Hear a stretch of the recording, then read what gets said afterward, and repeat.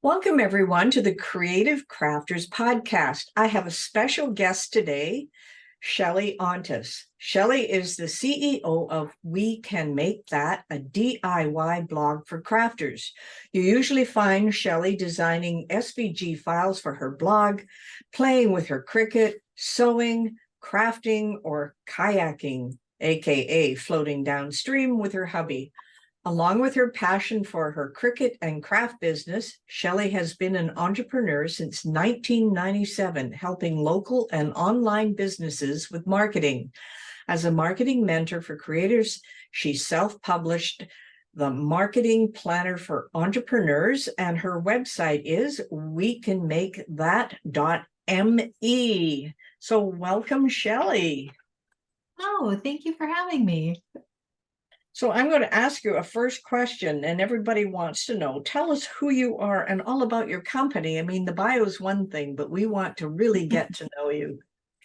Awesome. Well, I'm excited to be here and I love to talk crafting. And like you read in my bio, I've been doing freelance entrepreneurship before it was cool to be an entrepreneur, small business.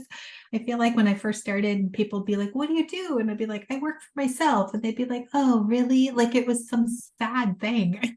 And now everybody wants to know how to do it. How do I play along too? So that's kind of how I started back before I had kids, and I did graphic design marketing, like you had mentioned. And then in 2016, I saw a Pinterest pin that said, hey, you start a craft blog, you can make $5,000 a month. And I thought, well, that would be fun. So I taught myself WordPress, and I had already been crafting for years, kind of born into it. My mom had a ceramic shop in our basement when I grew up. And then she was a painter. She sews, she does quilting, all of that kind of stuff. So there was a lot of creativity. So when Cricut came out, I bought a Cricut, and then being the graphic designer of course, I had to design my own files. I couldn't just use the cartridges. And then when it came out to Design Space, and I could upload my own, and that's kind of how the blog has come along. And then trying to manage the graphic design studio and the creative blog, I was doing craft shows and stuff like that when I first came out with it as well. And I couldn't keep track of what I had to do, next and what I'd already done. And one day I posted the same post twice because I'd scheduled it and forgot I'd scheduled it. And then I was like, oh, I have to post that today. And then I went and posted it. And then I was like, wait a minute. So that's where I came up with the marketing planner for small business owners. That's kind of in a nutshell. Yeah, that's amazing. Yeah, the marketing planner is so important. And I just want to reiterate to the listeners that it's one thing to do a blog, but if you're not planning it properly, it's really tough to keep track of everything. You can have a million spreadsheets, but if you have one source of a place to go and know what you're supposed to be doing, that's excellent. Can you tell us a little bit more about the marketing planner? Sure. So it is a dated planner because everybody says, why don't you do one undated? And I'm like, as an entrepreneur, we do not have time to be writing 365 days twice, really, because you have a monthly view and then a daily view throughout the planner every year. We have better things. You have more things that more important things you should be doing with your time. So it's, like I said, it's dated. And then there are 19 worksheets in there. So it will help you decide what you should be focusing on, when you should focus on it. And then it helps you build out like a roadmap or a plan. So even if you're not a marketing expert or you don't have any marketing skills yet, it will actually teach them to you between the checklists and the prompts that are already built in. And then plus it comes with some marketing modules. So you can log in and start watching videos, watching trainings, and learn a little bit more about marketing, but then also how it ties into the planner in your business. I really agree with I've been using a happy planner for quite a while, but then I use Rousseau cups. So I've got all these books across my desk, and it's like, okay, I don't have time to write it everywhere. There has to be something better. So this sounds like the absolute perfect solution. So how would people go and buy one from you? So if you go to the website, we can make that.me. And then if you go to /planners, PLANNERS, it will have right there, it kind of highlights all of the trainings that are included when you purchase. And then sometimes we have bonuses and sometimes we run specials, but it'll highlight all of that on the page and then it'll take you to either a printable one or a shipped one. So I can ship them to you if you're in the US, if you're in Canada. I want to say they're in that $26 range. So people, I don't know about everybody listening, but myself, sometimes paying for shipping can be kind of painful. So I developed a digital one that people can download and print, and you can take it to a local quick print. Like here in the US, it's like Staples or Office Depot, or there's a bunch of mom and pop shops. And you take them the digital file, they'll print it and then put it in a spiral binding. You could print them off at home, maybe put it in a 3-ring binder or something, but nothing I think would be more overwhelming or chaotic than having 365 pages of a planner without being bound properly. But so I can imagine. Yeah. So without the shipping, I figured, so the printable one is a little bit less, but then when you're paying to have it printed, they both kind of come out to about the same price. Yeah, and Staples and like you're saying, Office Depot, yeah. That type of place is just absolutely excellent. Staples is everywhere, Canada, US, so there's no issue there. And there, like you say, there's a lot of local mom and pop shops, and I like to support local as well. So when you're doing crafting, you're doing design, you're helping with the marketing, but what is your absolute favorite part, especially when I'm going to zero in on the crafting? So what is your favorite part of the crafting? It's like trying to pick which child is your favorite, right? It's whichever one just took out the trash. No, just kidding. I would say I started out really with the paper crafting in the Cricut world with scrapbooking. So that was kind of one of my first loves. And, then to me, card making is kind of the quicker version of that. But I do I design digital files for scrapbook pages, cards, and then I like to do a lot of graphic tees as well because they're just quick. I always say I'm a lazy crafter. It took me forever to even dive into doing like 2-color vinyl t-shirts because I'm like, nope, let's just do this quick. Let's put it in there once and be done. Like, how hard does it take to do a second color on those? But yeah, exactly. I always say I'm the lazy crafter, but yeah, I would say probably started with paper, but I really enjoy home decor too. So I guess I really can't pick one as the more I keep talking here. Yeah, it's that's an interesting thing that you're saying because I talk to a few people and sometimes they just have one thing they're zeroing in on and that is all they do. And like yourself, I like to open up the mind of everybody that, you can start there, but start expanding beyond there. There's other products that you can use with those and different things you can do. So you're doing a big variety of things now. So I'm going to come back to say a project. So where do you get your inspiration for all your projects that you're working on?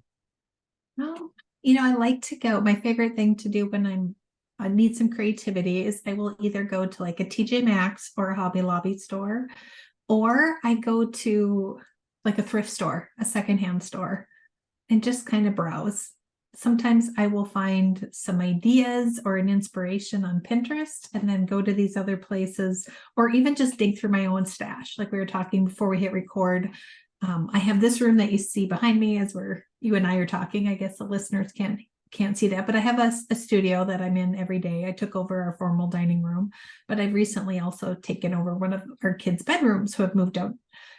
They're in their 20s, mid-20s now almost. So I've taken over another bedroom and I feel like I always have a stash of things. And I cleaned it out this weekend. I know you're laughing because you totally can relate, right? And I found a bunch of inspirational things in there. So now I need to make some new projects. Yeah, this comes back to your craft stash, right? You buy things, you think, oh, I'll work on that or I'll do something. You play with it a little bit and you put it aside and you forget about it. And then you clean up. Oh yeah, let's move from that place. You mentioned getting some inspiration from, websites such as Pinterest and that. And, searching for those is great. But I really agree with you. Going into a store, like we have dollar stores here, Dollarama and Oh yeah. Dollar Tree. I go in there and go up and down their craft aisle sometimes and just see what's there. But inspiration. Now, what do you do once you get the inspiration? You must have a nice little creative process you go through. Can you share that with us? Usually what I do, well, I have one right here. So when I find, oh, you can't see me, I forget that we're just recording. So I found these little handled baskets. They look like a laundry basket, but they're only about 14 inches, I think. And they're almost 14 inches. And when I come up with like a piece, it usually starts with a piece. Like you don't usually find the whole project, and I'll come up with like a wood die cut or a piece of material or a piece of vinyl, and I'll stick it in the basket. And then as I'm going through things, I will find a ribbon that coordinates or paper that coordinates, and I kind of step through. I kind of let it just form itself, I guess would be the best way to put it. And yeah, there's Yeah, not so really a just process. putting It it just together, yeah. comes. And then there's the design aspect of it. So once you've got the idea and the inspiration, you've got all your pieces together, then you have to design it. So what do you use to design? What's your thinking here? I have been an Adobe Suite user since it first came out. So I'm that old, I always say. But so I started using that back when it came out. It was actually freehand I started to use before I started to use Illustrator. Most of the designing I do is right into Illustrator as the vector file and save them as the SVGs. But I'm not a technical teacher. I can show you, how I got that ribbon to fold or how I added the glitter on that project. But for me to sit down and say, here's how and why I picked the fonts, that's not my strong suit. So I don't do a lot of design teaching. If somebody asks me their opinion on things, I can say like I would do it this way and I would use this font for this reason, that kind of theory. But to sit down and teach somebody, I'm not good at that. So that's why on the website we do craft projects and then the digital files. I know there's quite a few craft bloggers who actually teach you how to use the software themselves, but it's just not my wheelhouse. Yeah, exactly. And I love Illustrator. That's where I design all my SVGs. Just coming up with the ideas and then I actually, with my stuff, I will take scrap pieces of paper and sort of sketch it out and put it together, hope it works, and then go into Illustrator. So I assume that you're probably pretty close to that, judging by putting everything in the basket. Yeah, I think that's kind of how we started out before, really before computer design too. Because I mean, like when I started, we didn't have email, and Yeah. you really had to do it all by hand. And I find the majority of the time when I do things like that, they resemble the sketch, but they often kind of take on their own little personality, right? Yeah, exactly. So you've been creating for a long time. So what keeps you motivated to keep doing it? There's a passion behind there. I can see it. And just curious. Yeah, it's just creative. I think it's in my blood. You talk to some people and they're like, I am not crafty. I couldn't come up with it. I just need somebody to say, cut the paper this exact size, fold it this exact way, and glue on this exact thing. And when I go somewhere and do like a craft tutorial and somebody says, use this paper and glue it this way, I'm like, no. So that's just how my brain works. But you give me a spreadsheet with numbers and I can't make heads or tails out of it. But it's the creative part, I guess. It's just how my brain is wired. Yeah, that's why marketing, you've got that creative wired brain to bring everybody into marketing their stuff as well. Because to me, it's not sales like everybody thinks. Marketing is coming up with the creative ideas of how to promote and push yourself. So Yeah. on the marketing side, you must come up with some really great creative ideas for that as well. I've seen so many of your emails. They're so beautiful. And so are your graphic designs. Thank you. Yeah, it becomes fun for me. I have a group where it's creative business owners, and we just meet once a month, and we just talk about what what is going on with marketing and how they can lean into it more. And so that's it's just something I could talk about without thinking. And I normally don't have a plan. We just jump in and somebody says, here's what I'm doing, here's what I'm trying to promote. I have a craft show coming up, I have a blog coming, whatever it is. And then we'll come up with some surefire ways that are going to help them talk to their customers in a way that's going to tell a story and it's not going to feel salesy. Yeah, and having a group that you can talk to, really important. You and I are in one or two groups, the same thing. It's an open discussion and definitely gives you a better direction. And then I can see the creative lights come on in your head. Right. You can see it whether you can see you or not. So it's just right there. Yeah. So do you ever research like craft trends, or is it just inspiration as you're walking around? I think that's why I like to do some of the shopping. You can see the color patterns that are coming up and the textures. Yeah, the colors and the patterns, like being two different things, like what colors are coming hot. And sometimes scrolling through Pinterest or even, on the website in a Google search, it's going to bring up things that don't always run true. And then when you're in the shops, you can see, okay, there's these 6 colors and these 2 colors are gone and the rest of them are, so it kind of gives you an idea of what people are, just because what we put out, what authorities, I guess, people making these decisions put out. Just tone colors or something, they come out every year with a set of colors. Here. And it almost feels like it was almost like the past years. Yeah. I just saw somebody talking about it, and I think this year was supposed to be a pink, but this year the Barbie pink is what's killing it. And that was more of the magenta, the darker. So yeah, just amazing. Yeah, and there's so much inspiration on the web. Now I'm going to ask you a couple more questions. What has been the most rewarding aspect of your career so far? I think it's totally taken. It was like I had mentioned too when we first started talking, when you tell people that you're self-employed and you work for yourself, it inspires them. And I think that's probably one of them. Yeah. So what advice would you give someone who is interested in doing what you do? You have to be 100% committed. Like it has to be a passion inside of you, and not just that pin that you saw on Pinterest that said, I can make $5,000 a month if I do a blog. It's going to take all of the blood, sweat, and tears that you have in you. And I don't know about you, but it felt like about year 4, things just kind of clicked. Yeah, I'm hitting year 4 now, and we really feel the difference. But it's been 100% in for those 4 years. And you're right. You have to be in 100%. If you're not, it's not going anywhere. Mm-hmm. And you can be working a full-time job and doing it, but on the side, your brain has to be 100% in. I always say entrepreneurship is 85-90% passion and the other 10 to 15% skills. And we can learn all of those skills that you need.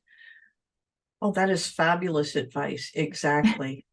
And, there's still the people out there that panic about not opening their Cricut, and they don't know how to get started, yet they want to do this business. So, just learn. And of course, you have a lot of courses as well and different things. So my last question is, how can people connect with you and grab some of your courses and that type of stuff, just so that we know they can go there and be happy when they come out the other end that, hey, I can do this and we can make that. Right. I'm not sure when we're going to drop this podcast, but I am getting ready to do a workshop in the end of September. And then I do an event every June for craft business owners. So you can jump in that. We do the free summit, which I'm sure your audience is used to the summits. And then in January, we do an SVG Crafter Summit. So that one is just to help you learn the digital aspect of crafting in this day and age, because there's a lot of the tech that stops us. But if you go to wecanmakethat.me and then /events, you will see the events that we have coming up. You can see on the very top, there's the blog section. So you can scroll down if you're looking for business things. The planner has its own tab. So, and then really if you head over to the website at wecanmakethat.me, and then if you want to go to social media, you can find us on most of those as well. That is absolutely fantastic. Well, thank you so much, Chelly. This has been wonderful. I've grabbed a lot of information from you and of course, a lot more inspiration.